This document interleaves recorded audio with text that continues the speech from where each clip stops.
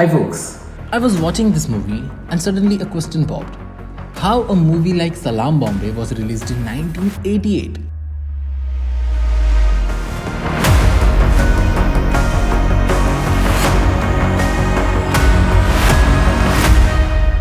Hey movie buffs, welcome to another episode of Filmy Path where we dive deep into the world of cinema.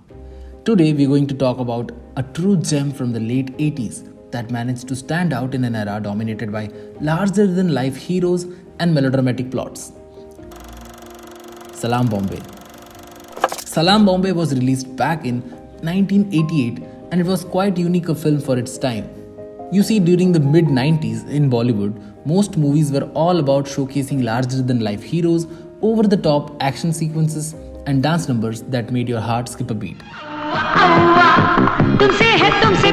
The music was fantastic, but the plot lines were often melodramatic and predictable. So, how did a film like SALAAM Bombay found its place in that era of Indian cinema, and why are we calling it an unusual film?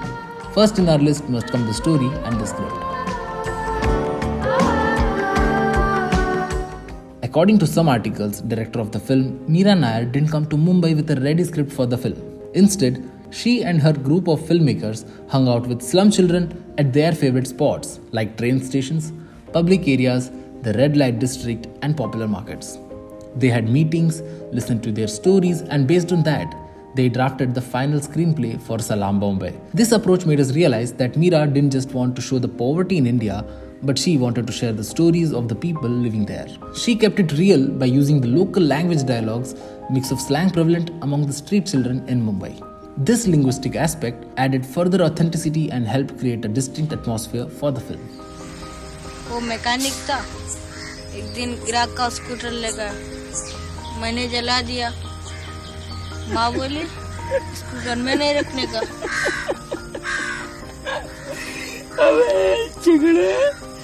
In the movie, there's this whole thing about a drug dealer and his common law wife, who's a prostitute. She's all about her child and constantly worried that someone will take the kid away because of her lifestyle.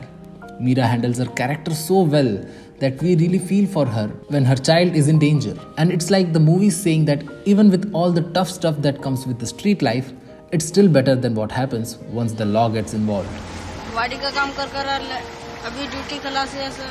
Now let's talk about the actors. And we should and we must.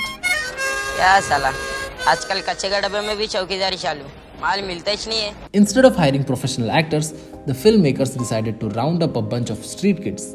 These kids were not trained actors, but they sure knew a thing or two about the over-the-top acting from watching those melodramatic Indian films. So they held workshops for weeks, not to teach them how to act, but to help them behave naturally in front of the camera.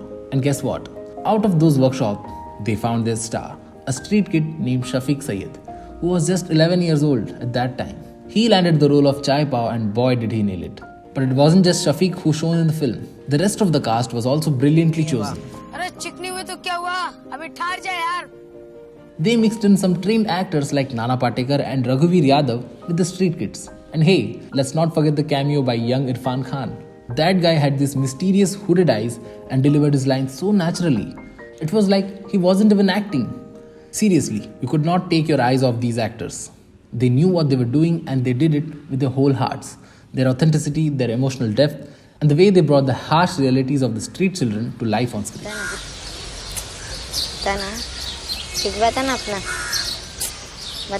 That's what made the cast of SALAAM Bombay so special. Now let's talk about the visuals.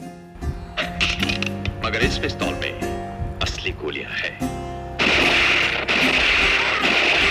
Check out the picture quality of these awesome films from the 1980s.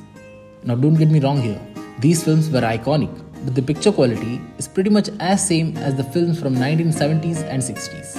You see, in India, especially in Mumbai, they used Russian equipment for cameras. The trend back then was Ariflex cameras. And when it came to 35mm anamorphic, people in India were using Mitchell and the Arri 2As and 2Cs. Actually, almost all films in India were shot with Ariflex cameras. But hey, let's talk about SALAAM Bombay.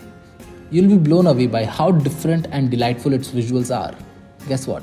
They used an Ariflex 4S camera for this film too. But it's Sandy Sizzle's cinematography that shines here. He knew exactly how to play with colors to evoke emotions from the audience, making it a visual feast.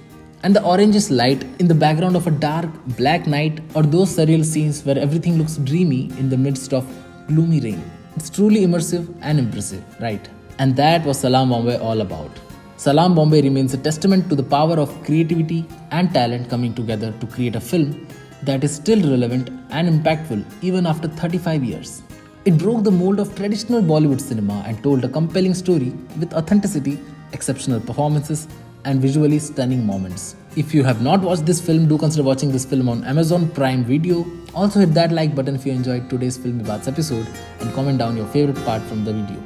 And for more such unique and interesting filmy content, subscribe to Filmy Bath.